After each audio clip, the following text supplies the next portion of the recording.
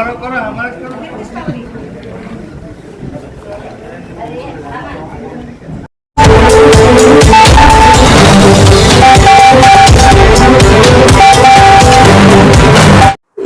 News में आप सभी दर्शकों का स्वागत है। मैं हूं आपके साथ मुबीना।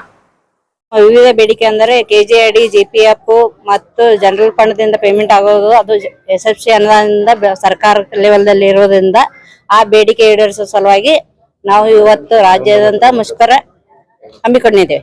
ಅದರ ಸಲುವಾಗಿ ತಾವೆಲ್ಲರೂ ಸಹಕಾರ ಕೊಟ್ಟು ನಮ್ಮ ಮುಷ್ಕರಕ್ಕೆ ತಮ್ಮ ಬೆಂಬಲವನ್ನು ಕೊಡಬೇಕಂತ ವಿನಂತಿ। ಪೇಮೆಂಟ್ ಸುಮಾರು 2 ತಿಂಗಳಿಂದ ಆಗಿದೆ। 2 ತಿಂಗಳಿಂದ ತಂದಿದ್ದೇವೆ ಸರ್।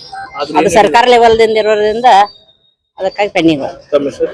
ರಾಜೇಶ್ವರ್ ರಾಜ್ಯದ ಮಹಾನಗರ ಪಾಲಿಕೆ ನೌಕರರ ಸಂಘದ ವತಿಯಿಂದ ಈ ದಿನ ನಾವು ಮುಷ್ಕರ ಮಾಡ್ತಾ ಇದೀವಿ। ಉದ್ದೇಶ ಇಷ್ಟೇ, ನಮ್ಗೆ ಏನು ವೇತನ ಸರ್ಕಾರದಿಂದ ಕಡಿತ ಮಾಡೋದಕ್ಕೆ ಒಂದು ಆದೇಶ ಆಗಿದೆ, ಅದನ್ನ ಹಿಂಪಡಿಬೇಕನ್ನೋದು ಒಂದು ಉದ್ದೇಶ। ಹಾಗೂ ನಾವು ಸಹ ಮೂಲಭೂತ ಸೌಕರ್ಯ ಸಾರ್ವಜನಿಕ ಕೊಡ್ತೀವಿ। ಪಾಲಿಕೆಯಲ್ಲಿ ಎಲ್ಲಾ ರೀತಿಯ ಒಂದು ಸಾರ್ವಜನಿಕರ ಆರೋಗ್ಯ ಕಾಪಾಡೋ ದೃಷ್ಟಿಯಲ್ಲಿ ಕರ್ತವ್ಯ ಮಾಡ್ತೇವೆ। ನಮ್ಮನ್ನು ಈ ಸರ್ಕಾರದಿಂದ ನಮ್ಗೆ ಏನು ಸರ್ಕಾರಿ ನೌಕರರು ಅಂತ ಏನು ಭಾವಿಸ್ಬೇಕಾಗಿದೆ ಅದು ಆಗಿಲ್ಲ। ನಾವು ಸ್ಥಳೀಯ ಸಂಸ್ಥೆ ನೌಕರರಾಗಿ ಕೆಲಸ ಮಾಡ್ತಾ ಇದೀವಿ। ಹಾಗಾಗಿ ಇದರಿಂದ ನಾವು ಹಲವು ಸೌಲಭ್ಯಗಳಿಂದ ವಂಚಿತರಾಗಿದ್ವಿ।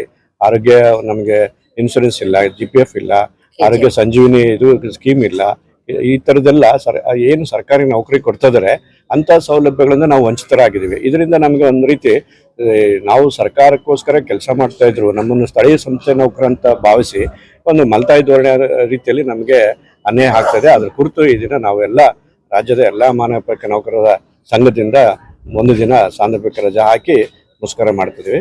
ಇಷ್ಟೇ ನಮ್ಮ ಬೇಡಿಕೆಗಳು। ಅಧೀಕ್ಷಕ ಇಂಜಿನಿಯರ್ ತಿಮ್ಮಪ್ಪ।